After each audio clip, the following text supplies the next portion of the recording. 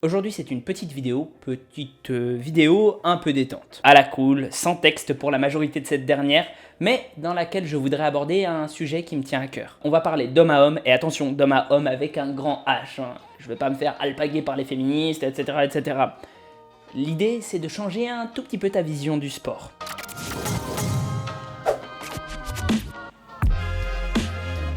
Est-ce que tu connais la théorie de la zone de confort ? Tout le monde en parle, mais personne ne l'applique correctement à mes yeux. L'idée, si tu n'es pas au courant, c'est qu'on a tous une zone dans laquelle on est confortable pour faire nos petits trucs, etc., etc. Et que quand on sort de cette zone, on doit se forcer pour aller à l'extérieur, mais qu'on l'élargit par la suite. Qu'on est capable du coup d'aller dans ce domaine-là qu'on a créé et que ça devient notre zone de confort. Et pour avancer dans la vie, il faudrait toujours élargir sa zone de confort et jamais rester à l'intérieur de cette dernière, sauf si tu as besoin de te ressourcer à un moment. Mais si tu veux progresser, faut l'élargir. Bon, la première question que j'ai posée quand j'ai eu mon cours de com qui me parlait de ça, c'est « et si jamais quelqu'un est dans sa zone de confort quand il fait ce cheminement d'élargir sa zone de confort ?» Si jamais la zone de confort de quelqu'un, c'est justement de faire cet élargissement-là. Mais ça devient trop méta, donc on va pas parler de ça aujourd'hui. On va mettre ça en perspective avec le niveau d'évolution dans le sport, le cheminement de vie entre guillemets d'un sportif. Donc que ce soit de la musculation ou quoi que ce soit d'autre d'ailleurs. Quand on débute le sport, pour moi, la première chose à faire pour se forcer, pour sortir de cette zone de confort, c'est venir à la salle, venir aux entraînements, ne pas se trouver d'excuses d'autres activités qui seraient certes très plaisantes et qui pourraient être quelquefois prenantes, mais qui sont fondamentalement des excuses. Ça, c'est la base, c'est le b.a.-ba. Et il faut aussi être capable de se forcer à se forcer. Autant en termes de performance, autant aller vraiment dans l'effort, que aussi tout simplement se forcer à faire des choses. Si c'est pas clair, dis-toi juste qu'un débutant, si ça se trouve, il a jamais eu de discipline dans sa vie.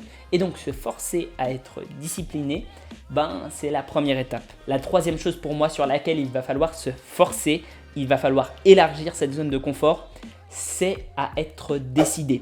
C'est-à-dire par exemple, si tu as un programme, que tu en trouves un qui est bon après quelques temps de recherche, te forcer à t'y tenir, à pas changer tous les quarts d'heure parce que tu as vu que celui-là était mieux, parce que tu as eu quelques informations supplémentaires. Non, il faut se tenir aux choses et y être voué, décidé. Bon, mais ça c'est le début et si j'ose dire le plus cliché. Quand on est débutant, il faut se forcer à faire des choses difficiles et comme ça on chope le goût de l'effort. Quand on devient intermédiaire, les choses commencent déjà à se modifier un peu. Il va falloir dans un premier temps, et pour moi ça fait partie des deux choses dans le statut d'intermédiaire à faire, se forcer à ne pas continuer sur la même lancée. Après tout, c'est humain de se dire ce programme il a bien marché sur moi donc je vais continuer là-dessus et ce jusqu'à ce qu'il n'y ait plus de progrès. Après je changerai. Et puis au fur et à mesure on se rend compte qu'on continue le même programme même quand on n'a plus de progrès, par peur de changer. Ça pour moi, il faut y faire attention parce que c'est un des premiers écueils que tu auras dans ta vie de sportif. Ça peut aussi être avoir peur de changer de prof, vouer une espèce de culte à son entraîneur. Alors ne me fais pas dire ce que j'ai pas dit, tu ne dois pas changer d'entraîneur comme de chemise. Ça, c'est logique, mais peut-être que tu dois progressivement te détacher un peu de ton entraîneur pour apprendre à faire les choses par toi-même, par exemple. Deuxième chose difficile, il va falloir te forcer à écouter ton corps. On a envie toute sa vie de continuer à progresser comme quand on était débutant. Mais c'est pas possible, surtout quand on devient intermédiaire. Si tu n'écoutes pas ton corps, que tu ne fais pas de deload ou de période où tu t'entraînes moins sauvagement, tu vas te blesser. Et là, tu vas régresser, tu vas pas seulement t'arrêter de progresser. Oui, c'est dur de l'accepter psychologiquement, mais sortir de sa zone de confort, c'est justement faire des choses dures. Tu peux aussi dans ce stade-là développer des superstitions dont il va falloir te détacher. Par exemple, sans ce complément, je vaux rien. Ou formulé autrement, ce complément est indispensable, c'est prouvé, ça marche, etc., etc. Sache que par exemple, la créatine, ça n'est pas efficace sur jusqu'à 30% de la population. Alors que pourtant, c'est le supplément roi qui fonctionne le mieux. Quand on devient avancé enfin dans la pratique, ce sont les challenges les plus difficiles qui arrivent. Il faut apprendre à se forcer à ne pas se forcer. Et oui, quand on est sportif depuis très longtemps, qu'on a vu nos capacités augmenter, on n'a qu'une envie, se donner à fond. Sauf que c'est là que c'est le plus dangereux parce que le surentraînement est vite arrivé.